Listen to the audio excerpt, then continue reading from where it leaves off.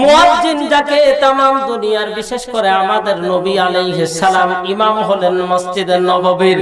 এরপরে মসজিদে নববীর প্রথম যিনি মুয়াজ্জিন হলেন তার নাম হযরত বেলাল রাদিয়াল্লাহু তাআলা আনহু। জানেননি হযরত বেলাল রাদিয়াল্লাহু তাআলা আনহুর ঈমান আর মালতীনগরের যেই মুসলমানেরা জান্নাতে যাওয়ার আশা করে, তারা মনে করে আমরা জান্নাতে যাব। এই মুসলমান জান্নাতে যদি যেতে চান হযরত বেলাল রাদিয়াল্লাহু তাআলা আনহুর মতো ঈমান গ্রহণ করা লাগবে। এবার একটু ভালো করে শুনেন, হযরত বেলাল রাদিয়াল্লাহু তাআলা আনহুর ঈমান আল্লাহ রাব্বুল আলামিন 4 গুণের 1 নম্বর কিন্তু ঈমানের বয়ান। কোন বয়ান? ঈমান। আজকে আপনার কতটুকু ঈমান আছে আপনার চলা দ্বারা বোঝা যায়। ও মুসলমান ভাইরা আমার, ঈমানদার কখনো কোনো বাতিলের কাছে মাথা নত করবে, ঈমানদার কখনো নবীদের দুশমনের সাথে কোনো রায় দিবে না।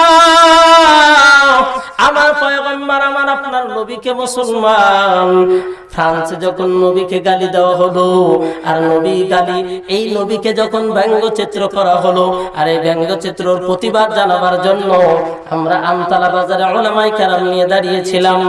এ মুসলমান, মুসলিম মুসলমানের কণ্ঠের আওয়াজ, মুসলমানেরা হুজুরদেরকে টুপিওয়ালাদেরকে হাল্লাশি করে। ও টুপিওয়ালা গো, কি করিবা? মুসলমান ভাইয়েরা কেমন মুসলমান, আপনি কেমন মুসলমান? আমার জানতে ইচ্ছা করে আপনারা কেমন মুসলমান। ওই জায়গায় দাঁড়ালাম আওয়ামী লীগের কোনো ব্যানারে না, বিএনপির কোনো ব্যানারে না, জাতীয় পার্টির কোনো ব্যানারে না, পীর সাহেব চরমানাইয়ের ব্যানার নিয়ে দাঁড়াই নাই। ওই জায়গায় দাঁড়াইছিলাম হলো আল্লাহ এবং নবীর দলের মানুষ হইয়া।